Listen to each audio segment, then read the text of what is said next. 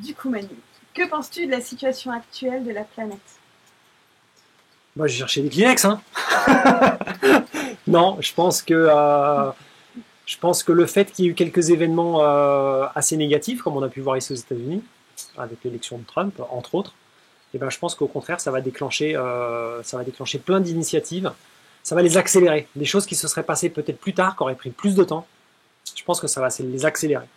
Donc ça, c'est le côté positif. Je crois que malheureusement, des fois, c'est au moment où c'est le plus noir que ça va commencer à s'éclaircir un peu. Je crois qu'on est à ce moment-là. On est un peu à ce turning point, comme ils disent ici. Où malheureusement, l'homme, souvent, c'est ça. Il faut qu'il attende vraiment d'être au pied du mur, dans une situation vraiment presque inextricable, pour s'en sortir. Alors, je ne vais pas non plus me voiler la face. Hein. Je pense qu'il y a des cas qui sont plus qu'urgents. Mais je crois qu'il y a un éveil collectif. J'espère en tout cas. D'après toi, quel serait le point clé pour une société plus consciente, justement? Eh ben moi, je suis persuadé que c'est l'éducation. En fait, la vraie clé de tout ça, c'est l'éducation, parce que je crois que c'est pas tellement qu'il y a des gens qui se foutent de cette thématique. Je crois que c'est simplement qu'ils n'y ont pas été introduits. Et donc, je crois que la clé, c'est d'aller vers les beaucoup plus jeunes, qui sont plus faciles à convaincre, parce qu'ils n'ont pas toutes ces peurs, notamment, et puis tout un peu cet orgueil vis-à-vis de la thématique, parce qu'on n'aime pas, hein, on n'aime pas recevoir des leçons. Hein. Moi, je crois que moi non plus, hein, j'aime pas recevoir. Alors que moi, les gamins, au contraire, ils reçoivent ça de manière vachement plus spontanée, et très vite, ils comprennent en fait les enjeux, beaucoup plus vite qu'un adulte. Donc pour moi, l'enjeu premier, c'est de mettre de l'énergie, des moyens, dans l'éducation des plus jeunes. Première question, qu'est-ce qui t'a inspiré à faire tout ce que tu fais? Eh ben, je crois que c'est la beauté. Je suis addict au beau, comme comme je crois tout le monde en fait. Et j'ai eu la chance d'y être exposé jeune, parce que j'ai connu la Bretagne, qui est un des plus bels endroits du monde. Non, mais voilà, je crois que c'est vrai que quand tu vois la beauté de la nature, ça va te donner envie de la protéger. Je crois que c'est la première étape en fait, y être confronté. Et j'ai eu beaucoup de chance d'y être confronté parce que gamin, voilà, je passais du temps en Bretagne, j'ai même eu la chance d'aller à la montagne. J'allais à Chamonix quand j'étais gamin, une fois par an. Ça durait 7 jours et je me sais que chacun de ces 7 jours, j'en profitais à 2000 parce qu'il y avait quelque chose d'extraordinaire. Peut-être c'est au cas particulier aussi, il y a des gens qui sont plus ou moins sensibles, mais je crois que quand il est sensible, tu peux pas ne pas après défendre ça. Du coup, comment est ton rapport justement à la nature, ton meilleur? Eh bien, je crois qu'il est quasiment charnel.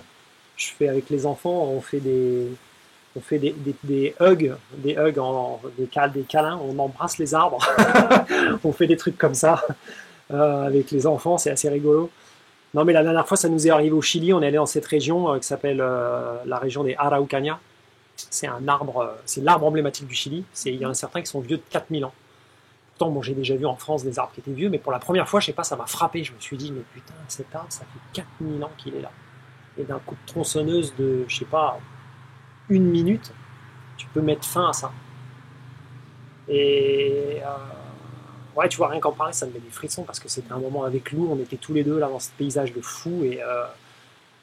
Et donc voilà, c'est des moments comme ça, tu vois, charnel, c'est juste, c'est purement énergétique, c'est du feeling, quoi.